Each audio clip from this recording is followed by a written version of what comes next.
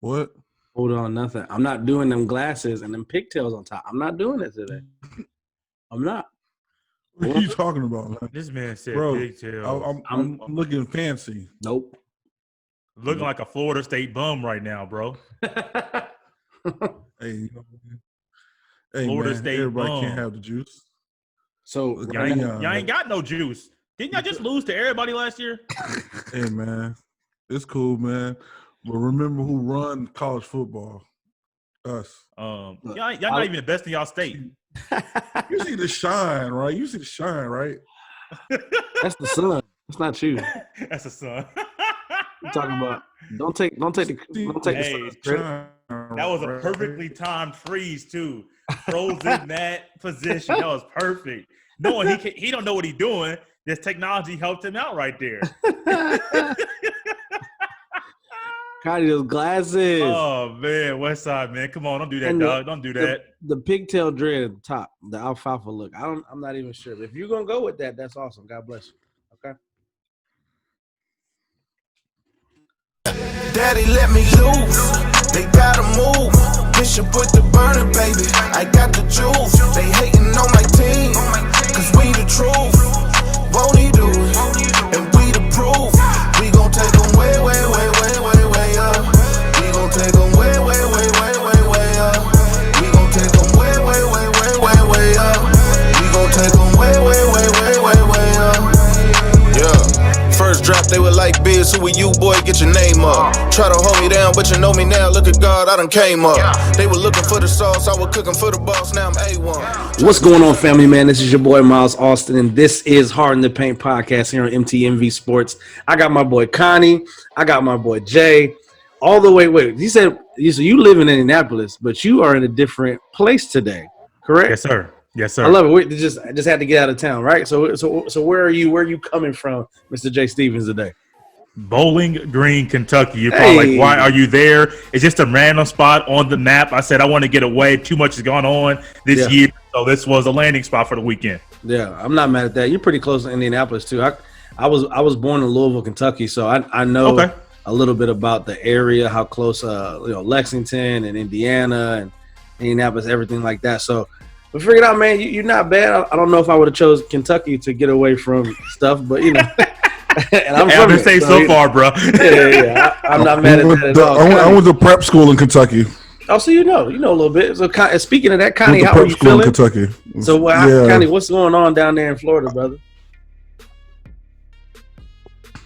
That's it's sunny, bro. Honestly, so I went to go get a pork chop sandwich, guys. Let me tell you this story. I went to go get me a pork chop sandwich from a chicken place. Say it one more time. What pork chop. What is Maryland's? A pork chop? What you said? Pork chop. Oh. You know what I'm talking about. Pork chop. So no. Yeah, you sound like you live in Louisiana right now, saying it like that. I ain't got a problem with it. Just don't sound like you live in Florida. More like Louisiana, Mississippi type slang. No R. There's no R in that word when you say it. Right? It's just a pork chop. But you get a pork chop sandwich. You know what I mean? You should be sitting at that table in the country self, bro. Country, man. You should be sitting at that table in the scene in life. You want your cornbread? No, I want my pork chop. I want my pork chop. Don't ask for my. You want your pork chop? No, but for real though, man, I go by Florida A&M, man. They are booming right now, man. They got new dorms put up. Nice.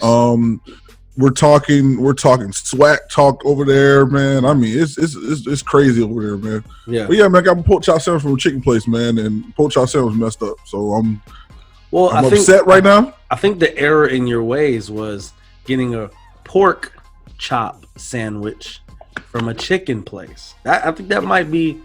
I think your error in your ways was stated in your title there. But there was an error. Whatever. It is what it is. You know not to go back and just get chicken from that place, right? You know where I want to get chicken from?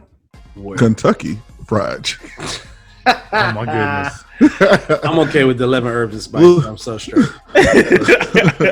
I'm so straight on it. Well, look, man. We already know the NBA is back. The targeting date is July 30th for these guys to come back in this 22-team format that they're doing with 8 regular season games running into the playoffs. The 5 teams from the West, 1 team from the East. If you were within six wins of 6 wins or losses from the 8th spot or the 8th seed in the West or the East, you got to be included in those 8 regular season games. We've previously talked about this. We talked about it last week. Now we're getting into the meat of it because now the players are responding to what this July 30th NBA season coming back is going to mean. We have people who are voicing concerns over COVID-19, security, injuries, things of that nature where people are just kind of voicing their opinions. I know we were talking pre-show, Jay, and you were basically saying like we get to analyze the NBA, we get to analyze these people's decisions, but this is really being able to hear from the players themselves, which is absolutely awesome. So I am absolutely amazed at the conversation that was had yesterday. And for those who are not privy to the information or haven't seen it yet, there was an 80 player call yesterday where NBA players, WNBA players basically got on to voice their concerns about the NBA coming back, whether it be in Florida, whether it be concerns over the pandemic that we're in, social reform, the state of the United States of America right now, where we are, and police brutality and things of that nature, systematic racism, things that are trying to be talked about right now. One of the biggest voices in that conversation was Kyrie Irving, reportedly saying, "I'm willing to give up everything for social reform." Now, I already have my opinion. I'm going to give that. But, Connie, I'm going to start with you because I know Jay is chomping at the bit to go at this. But, Connie, I'm going to start with you. When you hear something like that, one of the stars of our game now, I want to note out that he is not playing in this tournament. He's going down to support his team. After the surgery, he is out for the season, as well as Kevin Durant. So the Nets – won't be relevant, but they're going to be down there. But Kyrie Irving isn't one of the players playing. So it is speaking from a position of I won't be on the court. However, he doesn't support it going into Orlando. He said with the systematic racism and the BS, something smells a little fishy. Now, I'm not sure how to take that, but I'd love to hear your opinion on it and see. I mean, when you hear willing to give up everything and it smells a little fishy, like what's your first thought? What's your first reaction to hearing something like that? Well, I'm cool with it. First off, because I'm thinking, it's time for us to give up and let go of, like, we are such a brand. As I guess that's the athlete itself. Like, we have so much power, and we don't know how much power we have when it comes down to these big corporate organizations with the name titles and all that. We can go literally take all the players out of the NBA and start our own league, but I'm trying to figure out why he thinks something smells fishy, and then this whole entire reform and willing to give up everything. My big issue with him is that, bro, you're not even gonna play. You're not playing right now. I don't know if you're trying to stir up something. I don't know if you're trying to get your feet wet or something. Yeah. I don't know. And then you're saying something seems fishy. Like, what seems fishy? I mean, you're going to Orlando to play pickup basketball, pretty much because kids around the world, men around the world, women around the world they really want to watch basketball come back. Yeah. And I mean, we missed out on the doggone playoffs and a doggone finals that would have been done by now. Yeah. But you think that something smells fishy? I mean, I understand where your stance is as far as with the systematic racism and all that other stuff. We gotta keep in mind, like, bro, we're moving past all of this right now. You know what I mean? We're making steps. And keep in mind, the NBA has been the most progressive in any of the doggone major sports. Yeah, when it comes to the little police reform, racist owners, bro, the NFL, they still got all their racist owners. Yeah. They like, yo, you can't do certain things, but they trying to be hip hop. They go and get a Jay-Z and say, hey, Jay-Z, we need your help. You know what I mean? And like, all in all, what I'm saying is, I respect that move, though. I will say that I do respect the move. If they need help, it's like, all right, we don't see it the way everybody else sees it, but obviously there's a problem. Who do we bring in? And I'm guessing Jay-Z's name popped up, so I respect the move. Late in the game, but I respect it. Yeah, but like, you know why you're doing it. You know why you're doing it because you're like. Hey. I mean, 93% of the league is black. So you have to do something. You can't not do something. So and it is what it is. I definitely respect Adam for the way he's making moves and the way he's been open to that over the past couple of years. Mm-hmm. Mm-hmm. Yeah. So yeah, man. So, but all in all, I think that I honestly think that Kyrie, and keep in mind, Kyrie is already like a conspiracy theorist. Even though me and him both think that the Earth is flat. Don't at me, but what get him, Miles? I don't know. I just think that he's. What you said? Huh? I didn't want you to keep going. Oh, get him, Miles. I didn't want you to keep going after you said that. You don't really believe that, do you? You don't, right? That was kind of like just like a sound bite, like a. Oh, I just want people to watch the show, so I'm gonna say the Earth's flat. Like you got. No, you're not really. You gotta say that on the huddle up, bro. We gonna be can't calm. say that on the huddle up. Yeah, I can say that with y'all, but I cannot say that on the huddle up. We're gonna go off on you if you say it on the huddle up. You already know. I'm gonna gloss over it like it didn't happen. I'm going to eradicate it from my memory. We won't ever speak about it again. The thing is, I think I got scripture to back this one up. But anyway, so. No. You are not going to bring the Bible into this to support your theory. You stop it right now. I'm so shocked. I can't even say it but laugh. All I can do, get it, Miles, because I can't say nothing right now. Hey, that man said the Bible might back me up. I will not. I won't, bro. All in all, I don't. All in all, I really think Kyrie. I really think Kyrie is trying to just be part of something right now. Yeah. And it's cool. We all want to continue to bring the message forward. Like, hey, we want to be in a good place with police reform. We want to be in a good place with racism. Definitely. We want to be in a good place in our country. So I get what he's saying. But as far as saying there's something fishy going on, it's not, y'all in the most progressive league, man. Yeah. I think go ahead and play it. I'm not saying shut up and dribble. What I'm saying is just go out and play it, bro. You know what I'm saying? You got fans out here that want to see you. You know what I mean? And let the ball keep going, man. Yeah. But does he have a point at all with his statement? No. I'm willing to give up everything. No. I don't support going into Orlando. He has a point. Willing to give up everything. But even still, they're willing to give up everything. But I don't even know if that's even a thing. Willing to give up everything for social reform. If anything, you get paid millions of dollars to play in front of millions of people. Now, if that is not a stage of all stages, and you're in a league with a commissioner who supports speaking out against these issues, like I'm trying to understand where he's coming from.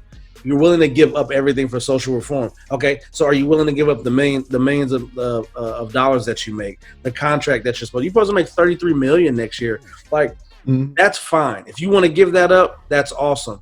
But I don't understand when you're a part of a league who has a commissioner who supports you speaking out, doesn't give, and this is different. We talked about this earlier. It's different from the NFL, where we watched somebody like Colin Kaepernick take a knee and do a peaceful protest and got blackballed by the NFL for years.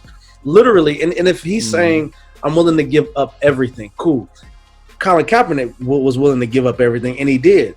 And the first name he did. He sacrificed that check. Is 4 years later. Are you willing to sacrifice 4 years of your life to make sure? Now, I'm not. I would say that Colin definitely was not in the space of saying, when I do this, I am going to get a platform, get a stage, get a lot of attention, and I'm probably going to lose my job and not be able to come back into the league. And keep in mind, Colin Kaepernick was on track to get like $42 million over the next 2 years. Colin was definitely in there. I mean, he had a Super Bowl appearance. The next year, he was in the conference championship. I think he lost the game to go to the Super Bowl the following year. So I'm okay with you saying I'm willing to give up everything for social reform. But my issue is you're on a platform perfect to speak about social reform. Colin Kaepernick was not. And that's why we're seeing 4 years later, he still doesn't have a job in the NFL. He's just now being talked about it because the NFL has condemned racism and the systematic abuse of it. Right. So, I get it. I get what you're saying. But at the same time, you have a platform where you could do it and speak to people. And the tournament in Orlando, millions of people are going to watch. Take a stand there. I think that's all eyes is on your league right now. Facts. All eyes. Yeah, go ahead. But Jay, I apologize. The whole willing to give up everything statement just kind of threw me off. Where are you at on not only Kyrie's comments, but people like Carmelo Anthony who are saying we just want to know all the information before we go 100% in. Dwight Howard saying it's going to be a distraction. One more thing. I'm sorry. Don't mean to cut anybody off. But you are. Carmelo, bro. Sorry. But look, Carmelo. Shut up. Why? Shut up. The Blazers the Blazers are a good team. What you mean? No, I'm not talking about how the good team. Like Carmelo, you need all the playing time you get, bro. Yeah. Shut up. But Carmelo is basically saying, I just want all the information. Dwight Howard has come out. You got all the information. What you talking about? They're not. And what Carmelo is saying, that they don't have a lot of the information. They know they're going to be playing in Florida. It's 22 teams, 8 regular season games going into the playoffs, and trying to see who's going to get in for those 5 teams in the West and 1 in the East. That's all they know. They don't know how it's going to be played, where we can stay at, the testing, all that stuff. And he just wants to know. But another player like Dwight Howard is saying it'll be a distraction from the issues the country is facing and that they need to unify and use this moment to promote change. Now, that's fine with me, right? But again, you're on a platform who's going to be playing in front of millions of people, who has a commissioner who supports you speaking out. I don't think there can be a better situation for somebody who wants to take a stand like Colin Kaepernick, right? Like Kyrie willing to give up everything. That's awesome, bro. Carmelo, I don't have all the information. That's great. Dwight Howard, there's distractions from the issues in the country that we're facing. I don't think it's a distraction. If anything, I would love to see black people smiling, and I think I'm going to see that when the NBA plays. Not only from the fans, but the players, the coaches, and everybody involved. I'm just on a different side of it. Obviously, as a Laker fan, I'm with Dwight Howard. We just don't agree on that. But I definitely would love to hear, like Jay, we talked about, is the players' perspective on it. So I love hearing this and seeing what it is. I will say this, or the unifying thing that they have said is, this is how I feel, but I'm going to go with what the NBA decides to do, and I'm going to be with my brothers. Whatever we decide as a whole, NBA Players Association, and everybody within, we're going to do that, and we're going to support it. Now, Jay, I'm sure you've been chopping at the bit. I'm going to give you your time and your piece. How do you feel about these comments from the numerous players and stars in the NBA? Okay, so I'm going to do a little math for you here real quick and then talk about the vice presidents that were there and then give my thoughts. I got to kind of build up to where I'm going with this. Right. So let's just go with 80 players that were there, not speculate anything else. Yeah. 80 players that were there. 15 players 15 active players that can dress on 30 teams in the NBA. That's 450 players. So 80 out of 450, that's 17.7%. Let's round up a little bit. That's almost 20% of the league was on this call, which is a significant portion of the league. Yeah. So some people may be wondering, that's big, that's huge. They're coming together to talk about what's going on. And then somebody's probably wondering, why in the world was Kyrie at this meeting? Well, Kyrie was voted amongst his peers to be one of the 6 vice presidents of the NBA Players Association. The six vice presidents: Andre Iguodala, Bismack Biyombo, Jaylen Brown, Malcolm Brogdon, CJ McCollum, and then Kyrie Irving. So he was voted amongst his peers. No matter how us, the fans, or even analysts view Kyrie, his peers voted him to this position that he saw fit, that with his position with the Players Association, that it was right for him to speak up in this manner. We have seen Malcolm Brogdon. We have seen Jaylen Brown. We have seen Mark Cuban. We have seen other people in the NBA family speak up in their communities and go ahead and let their voice be heard in their own particular way. Mark Cuban was out there marching one weekend. Malcolm Brogdon was speaking. I think was it West Side maybe mentioned Jaylen Brown had was it Jaylen Brown that drove 15 hours from Boston? That was down to Atlanta. That was Jaylen. Yeah. Okay. So they're all doing their part, but a different way. And at this time, take everything away from what you think about Kyrie from this previous parts of his life. He felt like he had a logical reason to voice concern with the current setup, and a lot of his concern makes sense. Why is it that we're going to Orlando? Why is it that there's a bubble? What's the proper protocol? Now, in my mind, I'm going to tell you how I view this situation. Kyrie speaking up, a lot of stuff he said made sense. But if we go back to March, the 2 spots to be the focal point of the return was either Vegas, Miles, or Orlando. Yeah. This was before the George Floyd. This was before the Ahmaud Arbery video came out, or even Breonna Taylor. So they were already thinking Orlando bubble or Vegas. And if it's Vegas and Orlando, split them up and then meet somewhere for the finals. So that was kind of already in play. Yeah. I don't understand Kyrie's asking, why is the bubble being a thing? Why are we going to Orlando when it was always a thing? Maybe he was not thinking there, but I think a lot of his concerns make a lot of sense. The one reason I think if there weren't jobs there, not just like the millionaires or the people that work for ESPN or TNT, but I'm talking about the photographers, some of those freelance journalists that this is how they make their money, or even some of those videographers. If those jobs weren't tied to sports, I would say, hey, man, I understand if you guys don't come back because y'all don't need the money. I understand it's entertainment for us and we love watching it, but ultimately there's stuff bigger going on. But sure. Kyrie Irving, if you're going to say I'm going to give it all up to help to make a change, I don't think he understands that thought process or that type of idea. Colin Kaepernick didn't ask for it. It just happened. Now, granted, he got money from Nike and other sponsorships. You can say all that stuff financially was fine. Yeah. But the one thing he wanted to do was play football in the National Football League, and that was taken from him. Yeah. He didn't say, I'm willing to do it. He showed it with his actions. Kyrie Irving, I don't think he's ready for that type of position. I don't know if Kyrie can handle the aspect of not playing basketball. We see how he is when he's playing basketball. Yeah. I don't know if Kyrie is able to mentally be able to handle that type of scrutiny. Yeah. And honestly, Miles and Westside, I think Kyrie has been on a stage. What is he, 27, 28, 29 years old? Yeah. He's had a lot on his plate.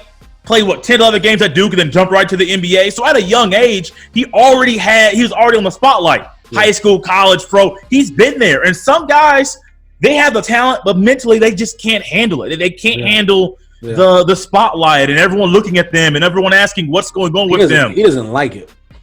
But see, Miles, right now he's asking for it. Yeah, not with calling the meeting. No, calling the meeting is good, and those concerns are good. But also with calling the concerns, y'all should have known about those concerns before y'all agreed upon this format to move forward and start the league July 30th. I'm getting a lot of thoughts off because I'm confused with Kyrie, but I personally don't think Kyrie is ready for what's to come.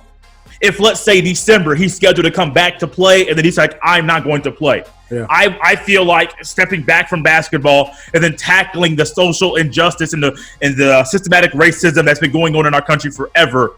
I don't personally think he's ready for that. I hope he proves me wrong. Because if he's ready, if he's like, yeah, I want to go ahead and back away, I want to go ahead and take this platform that I've basically been blessed with through the talent that I've been blessed with go ahead and make a difference. Excuse me. Then so be it. I hope I'm wrong, but I don't think Kyrie. I think the new Dwight Howard, maybe. I know Carmelo, LeBron, D Wade, and Chris Paul. They were at the ESPYs and they had their saying in their speech where they were all lined up in black tuxedos, and they all were in unison talking about what's going on in our country. And then this was a boiling point. I understand why LeBron wasn't there, and I understand why LeBron wants to play because LeBron has a platform and he's making a difference while playing. Maybe Kyrie feels like this is his way to make a difference. I personally don't think Kyrie's ready for it, but I really, really hope he proves me wrong. Yeah, I'm just curious to see what's to happen, what's to come. Are we going to find players that don't show up? Are we going to find that there aren't enough players to even play a regular game? Or are there players that have to somewhat say come from overseas that weren't in the NBA before, but we need y'all to come to finish this season. Let's get y'all the NBA contract to come in and play. We got the money for y'all. What's to come? The NBA Player Association should have had this buttoned up before they move forward with the current format. But, man, I'm so glad y'all brought us some concerns. I've had these concerns. I know some of y'all may have had the concerns because a lot of this, honestly, doesn't make much sense. I agree. I think I would say that I think mentally Kyrie is prepared for that because that's where he's been at. I don't think that he's prepared for not playing basketball. Okay. I think that would be from where I'm at and where I'm sitting. I've seen documentaries on Kyrie and past, and he's been on different types of shows. It's always basketball. It's always basketball. I think mentally he'd be prepared for the spotlight and seeing that and trying to play that Colin Kaepernick role. However, I don't believe he wouldn't be blackballed like Colin Kaepernick. No. However, I don't think if he's going to sit out, then he would be ready to not play basketball when he's able to. You know what I'm saying? It's different when you're injured and you can't do it and you got to rehab. But when you deliberately made a choice and say, I'm not playing basketball, you got to be ready for that, especially when it's the one thing that you love to do and have done for years you've excelled at it and made millions of dollars doing it. So, I mean, I definitely understand that. I mean, besides those concerns, is there anything else that you think would be brought to the surface when people have this conversation rather than, I mean, because the conversation isn't really pertaining to COVID, honestly. Like, it's not, I mean, obviously we're still in that and we're still dealing with it, but a lot of the concerns that we've heard have been social reform, distraction from what's going on in America. Some people have talked about the health issues, but COVID isn't being brought up as much as we thought it would be. No, maybe 2 months ago when we were all dealing with it before. And obviously the death of George Floyd has heavily influenced a lot of people's movements to things around the country, taking down Confederate statues. NASCAR just banned the Confederate flag from their races, which I think was an absolute great move. But I definitely think this feels different than years ago when you talk about the Mike Brown and Trayvon Martin and Tamir Rice. We all knew those were horrible and tragedies, but it didn't bring the country together the way that George Floyd is right now. And I may be wrong. You can correct me if I am, but I feel like this is just a little bit different than what we've seen in the past couple of years, where companies are coming out. Heads of companies are resigning and being fired and let go, and contracts are being lost. Confederate statues are coming down. NASCAR comes out and bans the Confederate flag. And I will shout out to the Premier League. When they come back, I believe the first 10 to 15 games of the season, they're going to have Black Lives Matter on their jerseys. Like little things like that, we haven't seen in a while. This one does definitely feel different, but does that, from the NBA coming back, does that distract us from what's going on in America? Or do you believe that the NBA and the NBA players who will be in this 22 team tournament as we go back into the playoffs will bring awareness to it? We have seen it with I Can't Breathe. We've seen it with the Clippers when Donald Sterling got fired, and all those racist comments came out. They threw all their jerseys in the middle to support that. We've seen it, and the NBA is going to do it. Do we believe that this is really going to be a distraction from what's going on in America? Sorry. No, because the other thing that kind of seemed fishy to me with this whole entire ordeal, they on a call and they know doggone well this is not excuse me, this is probably not about the reform thing, to be honest with you. And I may be talking a term, please forgive me, I don't want to get canceled, but I think this is more so too about I want to have my freedom to move around. I don't want to go to Orlando and be restricted in one spot. That's something that they've been talking about all week on ESPN. They don't want to go here and be stuck in one area. I can't see my kids, my girlfriend, and all that other stuff. That's what I think. You know what I'm saying? 50 days. I think everything will be done within those 45 to 50 days. So if you're talking about a month and a half of being away from your family, or however the restrictions are, what they're going to do down there for COVID and everything, it's a decision. It's a hard decision to make, to be away from your family for 50 days, knowing that you're a millionaire and you can make move the way you can move any way you want to. So right. I feel you. And then again, let me be totally honest. Now, we don't talk about these truck drivers being on the road for months. My aunt right now, she's filing for disability right now because she had to retire early. So but her husband is on the road trucking right now, and he's on the road trucking, and I'm talking about he's going to be on the road for at least almost half the year. Yeah. On the road, you know what I mean? Trucking for a company in Tennessee. Yeah. She lives in Texas. You know what I mean? Polar opposite, right? You know what I mean? Yeah. So he's gonna be traveling. He's traveling northeast. Doing his company. Yeah. Job, but right now he's half a year this way. So when you're telling me that you can't spend a month and a half away from your families, and you got men out here trying to make sure their families eat, so they got to spend more than a half, or and I hate to play this card, but you got soldiers that got to take care of their people For sure. They're going for almost half a freaking year. Bro, it's a month and a half. You're not losing your life. You're not on a dangerous road, bro. You're playing basketball for a month and a half. Again, this is not shut up and dribble. This is just letting you know, like y'all kind of making this a little bit harder than what it needs to be. And you know what I mean? I understand you don't want to be away from your kids. I know some of y'all got kids that y'all want to make sure y'all, you don't want everybody around your children. You know what I'm saying? I understand that. I totally understand that because I don't want nobody around my niece or nephew, not just anybody. But at the same time, you got mothers at home, cousins, you know what I'm saying, like people that you trust or whatever.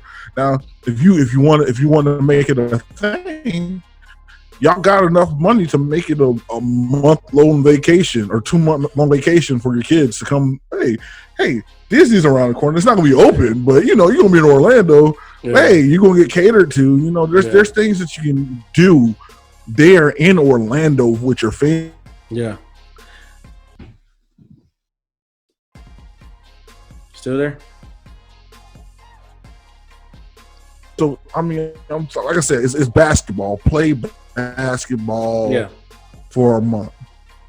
Yeah, I mean, I'd also want to point out we spent the last 3 months together. And I think that can play into I don't want to leave my family. We've been together for the past 3 months, and usually this is the off season, and maybe I'm training or maybe I'm doing this with COVID stuff has basically put us in that bubble.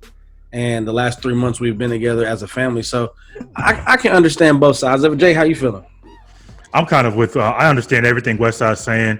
It's kind of reminding me. I got a thought about what could come in a second, Miles.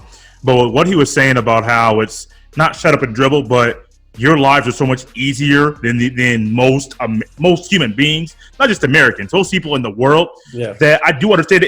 That reminds me of the baseball negotiations. How baseball players, the union, and then also the owners can't get on the same page.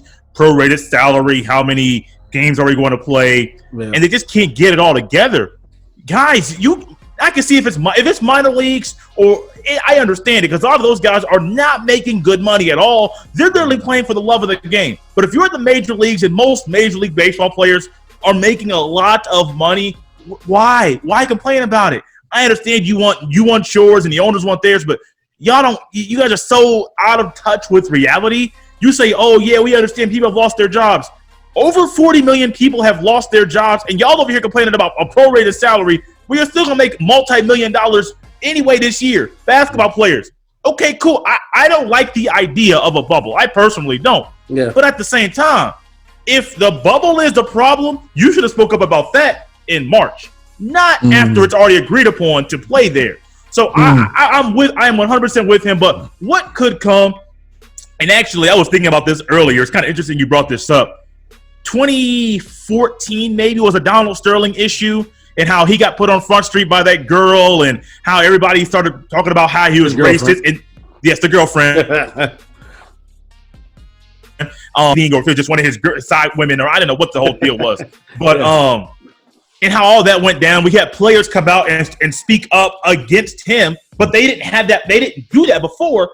I will also say I am not a person. I don't care if a company makes a statement about what's going on. I don't care if an owner makes a statement. I don't care. People get on Jerry Jones for not making a statement. Me personally, I don't care because I care more about your actions than your words. It's just how I personally view everything. But I am very, very curious if there's another owner or who the other owner is that could possibly come out and be exposed for being racist, because this is the moment that everything that's in your closet, trapped in a closet from R. Kelly, when everything just happened to come out. I don't know why I used that reference, but it just worked. Trapped in the closet. Rubber. That whole thing went on too long, bro. Yeah, it's like 20, 30 some episodes. Too many. Yes, but you know what I'm talking about, though. You got people have skeletons of things trapped in their closet. Yeah. That right now, this is that time period that you're going to get exposed. And you and I, all three of us may have had people that we know, either black or white, it don't matter, Hispanic, Asian, I don't care the color, that right now their racist mentality, either black versus white or white versus black, don't really matter. Mainly white versus black for what's going on in our country, but you can be racist around any color. But things are being exposed via social media because those people are they're getting keyboard happy and start putting things out there, and all of a sudden they get exposed. So I'm very, very. Hopefully nobody else is out there that's racist. But I'm very curious what owner, not just NBA, but NFL, NHL, MLB, whatever owner it is that may get exposed at this point in time for being racist. I hope it doesn't happen, but if it does, this would be the perfect time for Adam Silver to do the same thing that he did to Donald Sterling. Once Donald Sterling got put on Front Street, get him up out the paint. Facts. And I'm okay with that. Adam's always been that progressive commissioner who's making sure that players have the opportunity to speak out. That if anything, there's something that's problematic happening within the league, it's let's deal with it now and figure it out, so we don't have to deal with it down the road. I liked his handling of the China situation with Daryl Morey and his comment. Obviously, the Donald Sterling thing, the progressive decisions he's made to get this league back started.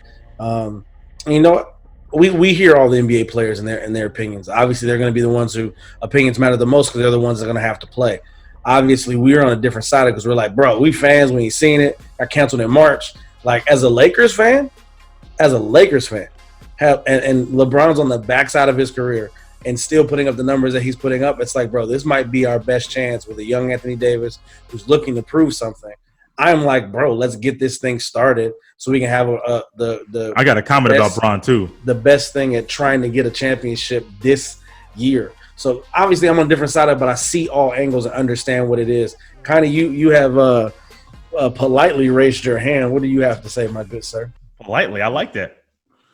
I wanted to get your thought on the whole entire China thing, because like my thought of the China thing, you know, the Chinese have been terrible to their people.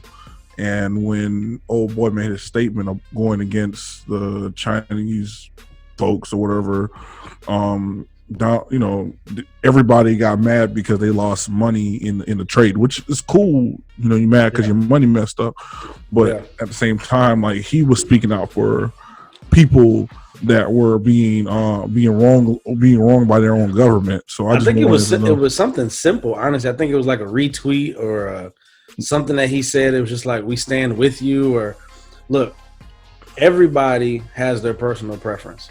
Jay, you have your personal preference. Connie, you have your personal preference. When there is money involved, you have to suppress your personal preference, especially when guys like that. And I think the response that Adam gave was, that's his opinion. That's what he believes. And he was not pressed about getting back the Chinese, because we all understand that it is wrong, right? Mm-hmm. Like, his comments were right. What Daryl Morey said in the organization that he's standing with against the oppression of the Chinese people from the Chinese government was like, all right, shoot, well, I mean, he's not lying. Like, he's telling the truth. But when things are when games are being played over there, when the Chinese government can ban NBA games from the TV like they did, those things come into effect and affect the bottom line. Now, Adam has basically come out and said, look, we'll figure it out. We'll get the money back. Like, I'm not tripping on that. Daryl said what he said, and that's going to be his opinion. I feel the same way. We all stand with China. We all stand with those people who are being oppressed, and the reason that they're protesting and doing whatever.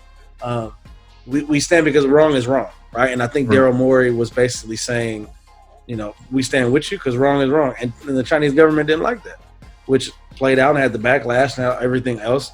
But they kind of took offense to it and was like, well, why are you going against us?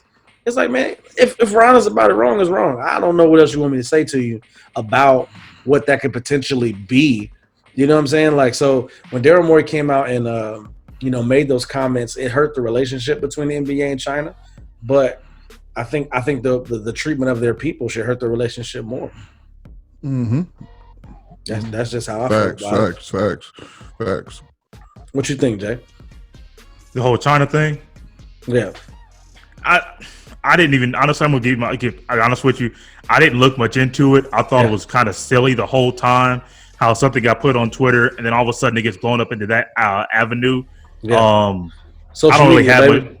Yeah, it's powerful, man. I don't like if you would ask me back then in October, what's my thoughts? I'm like, man, I didn't really look into it because it wasn't to me. It was something silly. Like, social media is powerful, but just don't. Sometimes you ain't got to read into it like that, or just know what the person said and just let it go. But not everybody thinks like that. Oh, for sure, man. Now you did say you had a comment on Bron.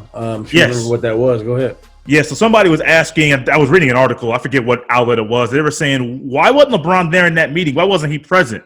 Well, I don't knock a player for not being there. I don't give them kudos for being there, because you could be there and disagree. You could not be there and agree. It doesn't really matter. But I think LeBron, after watching the Last Dance and how he knows how he's able to use his platform that he currently has to make change, I think LeBron is saying, hey, I just watched Michael Jordan have a different mentality than even I've had most of my career and focus solely on basketball and kill everybody. So he's actually, I think he's looking forward and saying, I get what's going on in our country. I can make a difference while playing basketball, secluded in Orlando or in LA at home with my family. It doesn't matter. And I think, Miles, y'all may be seeing the best LeBron at this season we've ever seen. He got 4 months off, resting his body, still working out, getting more one-on-one time with his boys to watch film and get the chemistry going. Now, granted, it's going to be a little rusty because you can't simulate game speed and game action. For sure. But LeBron James in Orlando, and I am hoping these players don't mess this up. They get off their high horse and actually go down there and play. Some of you are going to go out there and make social change, so be it. I understand that. But all those players there, all 80 of them were not the ones that were, or I don't believe all of them were already out there trying to make change in their community. I could be completely wrong, but I don't think all 80 of them or whatever was there in that thing were already like, oh, yeah, let's go do this. I don't think Kyrie was one of those either. I just don't think that. But I think LeBron James in Orlando, we're going to see, I think, Miles, I think at Westside, I think Nurkic lost weight. I think some of those big men lost weight. I've been told the Blazers are healthy. Yeah, I've been heard. Lost weight? Who was that? Zion. I was about to say that. I heard Zion lost weight. So I think we're going to see some rust in those 8 games. That play-in game's going to be maybe a little rusty. But, man, I think LeBron James, this is coming from a guy that was I'm not a big LeBron James guy at all. I have mentioned part of it, not all of it, but part of it is from what he did to my Pacers from like 2011 through I don't know when he left Cleveland. That makes sense. It hurts, don't it? It hurts. It hurts a lot. It hurts a lot. Not as bad as the Knicks though, but it hurts. It hurts a lot. It hurts a lot. But I am excited, literally excited to watch LeBron James play. We're still going to scrutinize him and put him under that same microscope that we've always put him under. But I think that Last Dance gave him a focus that he hadn't had before. Yeah. And he's ready to show the world that, man, I'm still the best player there is in basketball. Facts. I'm with it. You know, as a Lakers fan, I'm here for it. And look, bro, I know you ain't been a big Bron fan. I'm gonna send you a jersey. All right, God bless you. We'll put 23 on your chest. Getting that purple and yellow. Miles. You can wear it for the playoffs once the Pacers get eliminated. I'll let you vote for them. Funny thing is, I have 2 LeBron James jerseys in my closet. One is from when he was with the Cavs back in like when I was in high school. Yeah. I actually had a jersey. I was actually a fan back then until like later on in his Cavs career. And then my brother had a St. Vincent St. Mary LeBron James high school jersey, the screen print boy. And I took that from his closet, and it's in mine today. So I'd have 2 LeBron James jerseys. That's clean. The Heat stuff, nah, I don't want it. Lakers, nah, I don't want it. But I do have 2 of them. I ain't going to get rid of them. Because one day I may sell them bad boys and make some money. Look, the Miami Heat thing, I get it. He beat y'all up. It's a reminder of the scars. But the Laker jersey, purple and gold, it's royalty, brother. I mean, that's something. I got one Laker jersey in my closet, bro. That's KB8, Kobe Bryant. I'm not adding another Laker there at all. If Paul George goes to the Clippers to the Lakers, I'm on it. But until then, just one Lakers jersey in my closet. He can stay on the Clippers. He chose what he's supposed to choose. Whatever. I ain't trying to hear that. He was one of my favorites until he did that mess, man. You know. Shout out to you, PG. You know, whatever. Whatever. Hope y'all win. Hey, I got a question for everybody on this. I got a question for everybody. What up? All right. I was wondering. Oh boy. Yeah, when I wonder, y'all already know. But no, for real though. I was wondering. All of them come back. LeBron James literally plays his best basketball because he's in Florida. Because he did play his best basketball in Florida. I was wondering if LeBron James comes back and plays his best basketball, Is it due to the last dance, or is it due to just him being rested? I'll go first, Miles. I will say kind of goes with what I just said. A combination of the two. A combination of the rest. He's been able to take care of his body.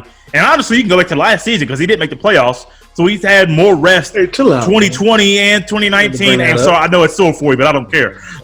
So he's had more rest 2019 and 2020 than he's had most of his career. Then also the last dance, how he got to sit down and focus on Mike and see Mike's mentality and like, hey, man, I'm going to go to win. I am going to push you to be better than what you think you can be. And I think LeBron James, he's still going to be the same type of teammate, but maybe push people a little bit more. And then also, he's ready. 17 years in the NBA, 35 years old. I think he's healthier, rested, a combination of the two. Go ahead, Miles. I'm waiting for it. I see your face. The king is the king.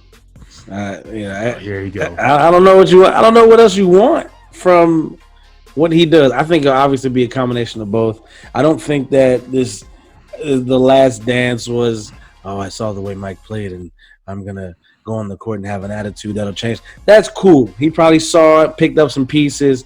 Mike is the GOAT. That's a given. He picked up some things he can take onto the court and some tips.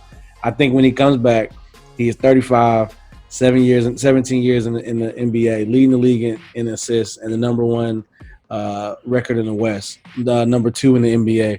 This season, his mindset is different. He understands this is the window.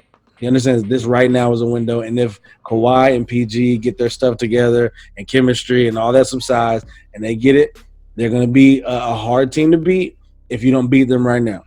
So I think a lot of it plays into it. I think the rest is obviously going to be a big thing for him because he spends over $1 million a year on his body. So this time that he gets to rest, we saw what happened when he got rest and not made the playoffs last year. Look what the Lakers are now. Ended up, making the trade for Anthony Davis and sending the kiddos away. But these dudes were great, and the Pelicans are reaping the benefits of it. I'm mad you called them the kiddos, man. Come on, them boys got names, second and third year guys. It's no disrespect. They were younger players, and Bron's not used to playing with younger players. He's mostly playing with seasoned people who know their roles. Will come out and be like, all right, I'm a 3-and-D guy. All right, well, I'm here to get rebounds. All right, I'm here to get blocks. Those kids were still okay. Lonzo, Josh Hart, Brandon Ingram, all these guys were learning their roles. The names their moms gave them, Miles, not kiddos. Brandon, and I don't want to get it twisted. I'm a big fan of Lonzo. The way that he plays, the way that he plays basketball. Josh Hart, definitely defensive and heart, and the way that he does it. Brandon Ingram, I think, is just a player who didn't know how to play next to LeBron and needs the ball in his hands. Hence, what he did this season and what he's doing this season. He needs the ball in his hands. He's not really the off-ball player that LeBron is used to playing next to. Chris Bosh, he knew his role. When Dwayne Wade, he knew his role. He knew what they could do together. I think Brandon Ingram was just in that space of trying to figure out, how do I play next to this guy in LeBron James? I think he struggled a little bit last year because of that. And now that he's in a different system and one of the focal points of the offense, I mean, he's doing great. The whole thing with Zion losing weight and all that good stuff, whatever. Trash can emoji. Trash can emoji. Whatever. I'm a big fan of Zion. I'm gonna tell you exactly what's gonna happen. The Grizzlies are in 8th place, right? We're talking about the Blazers, the Pelicans, the Suns, Spurs, and I think I forget the Kings. Team. Who? The Kings. Yes, the Kings. Now, if Zion propels the Pelicans into the 8th spot, right? They're going to play the Lakers in the first round. I am not ready for all of these headlines of the young king versus the old king and Zion versus LeBron. First off, how do you put Zion in the same sentence as LeBron James? I just don't understand. They did that this year. The 2 times they did play, and I feel like if they go 1-8, if they get into the AC and they play us in the first round, that's all it's going to be about. Is Zion ready to take? I guarantee you there will be a headline that says, "Is Is Bron ready to pass the torch? Is Zion the next LeBron? I'm not ready for it because it's too early in this man's career. He's only played half the season, and he's going to be amazing. But right now, Bron's going to get in there, and he's going to be like Zion. Look, I get it, bro.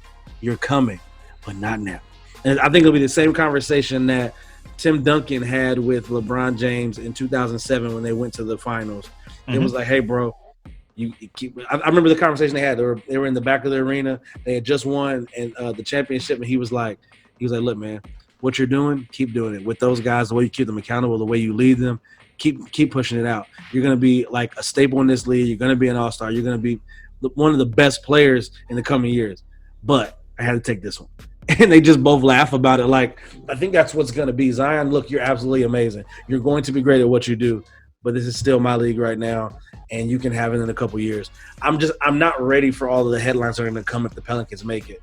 I honestly think whatever team makes it, we beat them in the first round in 5 or 6 games. But I'm like, all right, whatever. We'll see what happens. But I know what the headlines are going to be. If Zion and the Pelicans make the A spot, it's going to be the tie-in to the old Lakers against the new. I'm not ready for it. I don't care for it. That's just me. Well, I had sent you a little something. That's how you put Zion and LeBron in the same sentence together. You know what? I'm not even going to deal.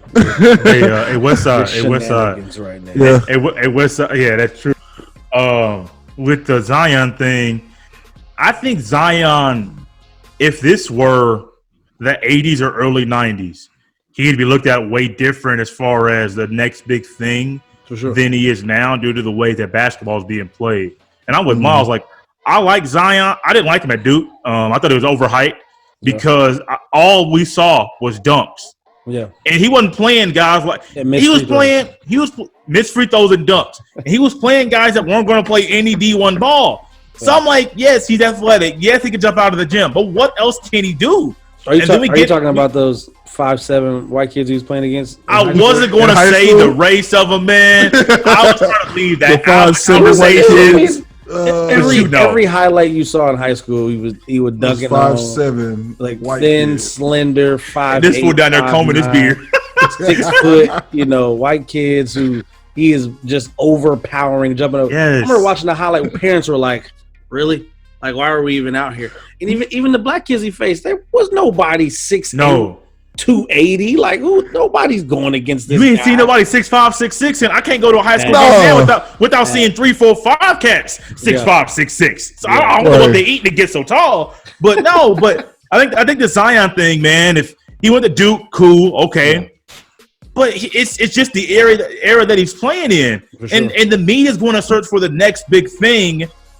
Instead of just having it fall right into their lap. Kobe Bryant came in '96. Yes, he was great in high school. Great year. But did anybody think Kobe Bryant was going to be this? No. He fell right into their lap. Yeah. Tim Duncan, great at Wake Forest. But I don't think anybody expected him to be – yes. But I don't think anybody expected Tim Duncan to be what he was. Mr. Bank Shot.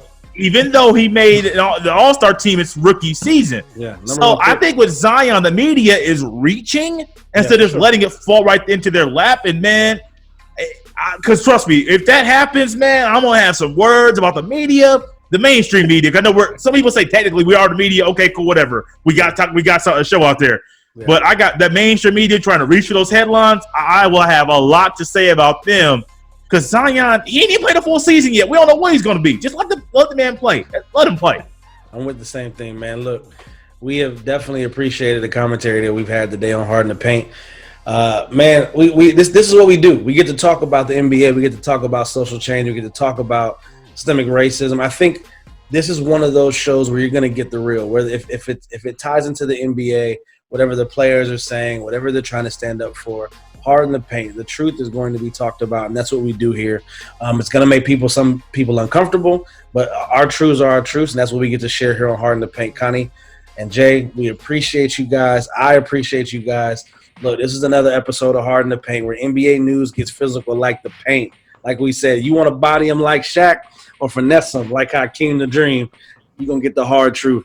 Look, man, we appreciate y'all. Keep checking us out. I am Miles Austin.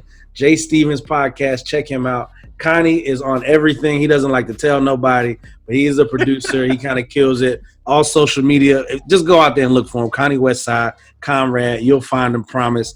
Man, look, we appreciate y'all. Keep supporting us. Keep pushing it out. We're going to get as much content to you as we can. And we're thoroughly excited for July 30th. I prayerfully, that this thing is going to go through. We're going to continue to play. It's been voted on. It's been put through. And I hope that even all the concerns are voiced. Keep voicing those concerns on what they're going to be. We appreciate hearing, especially from the NBA players, because it's their perspective, their bodies, and their travel and their families. Everything's being put on the line to go down to this Orlando thing. So we support you guys. We are with it. At the end of it, we just want to see basketball. So, man, you guys be blessed. It's hard in the paint. Check us out, man. Peace. Foes in the